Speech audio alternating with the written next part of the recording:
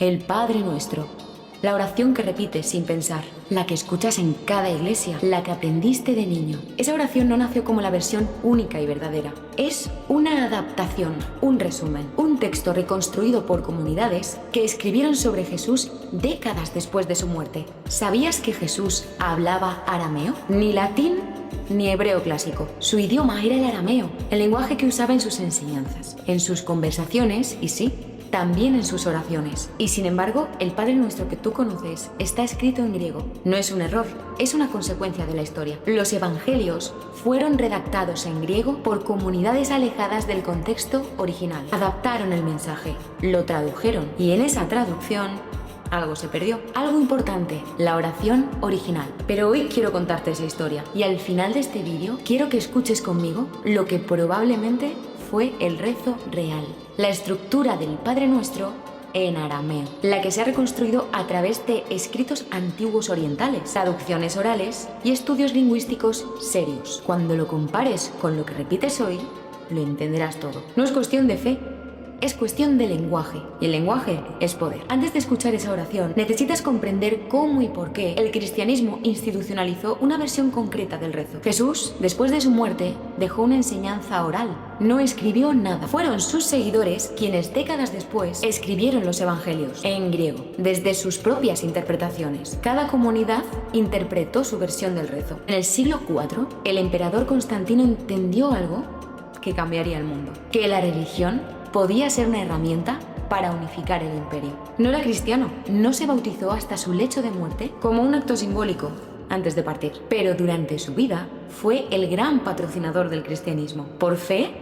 Pues no, por estrategia. Necesitaba unificar religiosamente a un imperio fragmentado, y el cristianismo, aún desorganizado, era la oportunidad perfecta. En el año 325 convocó el famoso Concilio de Nicea. Y no fue un evento espiritual, fue un congreso político. El objetivo era definir una doctrina clara y uniforme. En ese concilio y en los posteriores se empezó a seleccionar qué textos serían válidos y cuáles serían condenados como herejía. Se definió el canon y dentro de ese canon se eligió la versión oficial de el rezo. El Padre Nuestro que tú conoces hoy es el resultado de esa elección. Una versión simplificada, litúrgica y funcional. No fue seleccionada porque fuera la más auténtica, fue seleccionada porque unificaba, porque consolidaba, porque era sencilla de enseñar y repetir. La que no suplicaba pan, sino sabiduría, la que pedía liberación del olvido en lugar de perdón de pecados. Esa versión no encajaba, era demasiado abstracta,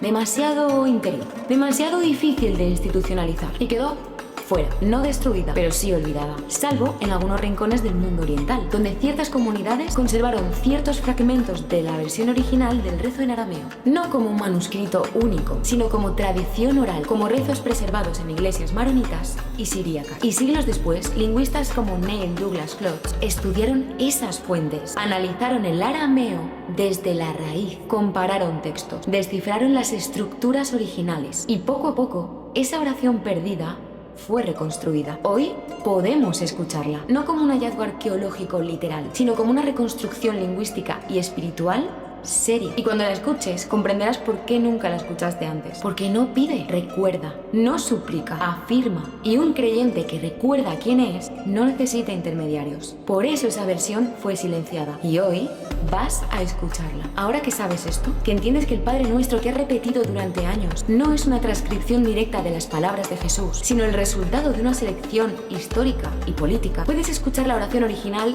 con otra mirada, no con la desconfianza del que teme perder su fe. A Jesús no era a repetir, sino a comprender. Esta es la reconstrucción del rezo en el idioma real de Jesús, el arameo. No es ni una teoría ni una invención. Es el fruto de décadas de trabajo filológico y lingüístico, basado en manuscritos orientales, tradiciones preservadas y el análisis semántico del arameo galileo. Y suena así.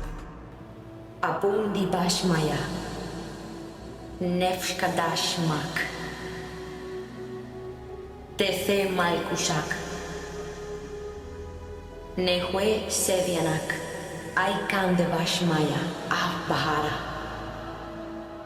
Havlan Lahma Disumkanan Yamana Havlan Waxpuklan Horweina Ikanaya Davnan Shpukain Lojaeveni Uoteilan Lanesiana Nahe Nachel Dembin Bisha. Amin.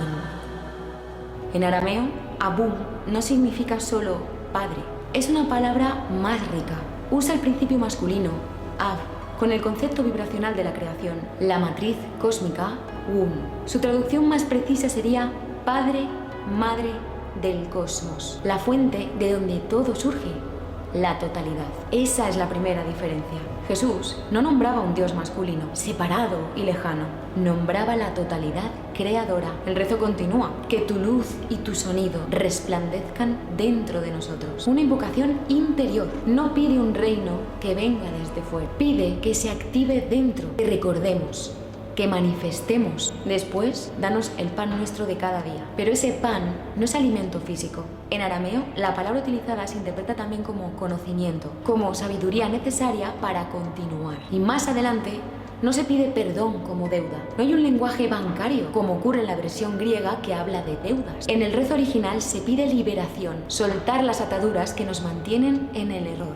No permitas que caigamos en el olvido. Es decir, no caer en la inconsciencia de olvidar nuestra conexión interna con la fuente. Cada frase no es una súplica, es un recordatorio, un mapa hacia adentro. Y eso es exactamente lo que se perdió cuando el rezo fue traducido al griego y luego institucionalizado en el cristianismo romano. No porque el mensaje original fuera falso, sino porque no encajaba. Era más fácil de controlar. Una oración que te recuerda tu unidad con el todo es menos eficaz para crear obediencia que una que te hace pedir. Por eso repites, Padre nuestro que estás en los cielos. Por eso te enseñaron a mirar hacia arriba. Por eso cada domingo rezas como si fueras un súbdito. No como un ser consciente, no como parte de la fuente. Ahora puedes comparar. Puedes decidir, porque acabas de escuchar lo que seguramente fue el rezo real, no para repetirlo, sino para recordarlo. Y tal vez para algo más importante, para recordar quién eres. Ahora ya lo sabes, no estás obligado a creerme.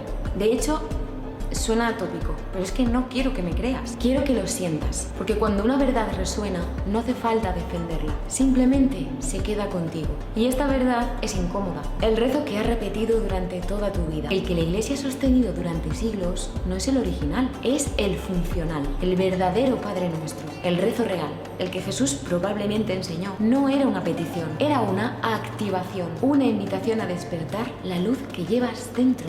Y eso simplemente no podía ser permitido. Por eso fue ocultado y, consecuentemente, olvidado.